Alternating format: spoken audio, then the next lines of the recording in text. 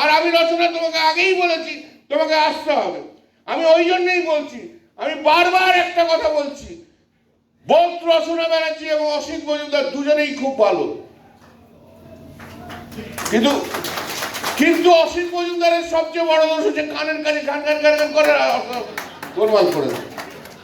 R Rachana is a respected person, এটা আমি আগেই বলেছি, তাকে রেসপেক্ট দিতে হবে। মমতাদি তাকে নিয়ে এসছে।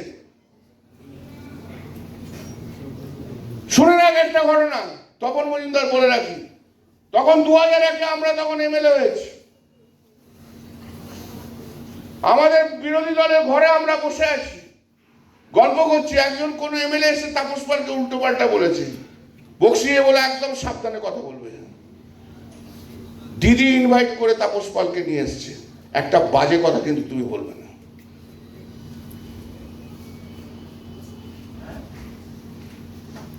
This is our tradition.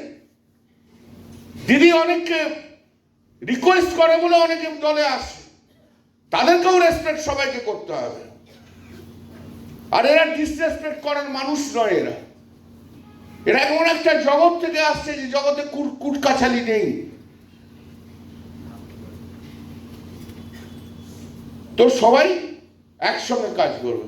আর রচনাকেও আমি কালকে বলি, রচনা বলে হ্যাঁ দাদা আমি দেবো বই কি, রচনাও বলেছি নির্বাচন আসছে, সেই মতো করে তুমি 3-4 মাসের প্ল্যানিং করো তোমার লোকসভাতে টাইম দেওয়ার জন্য। ও বলেছে আসছে, হ্যাঁ দাদা ও আছে তো।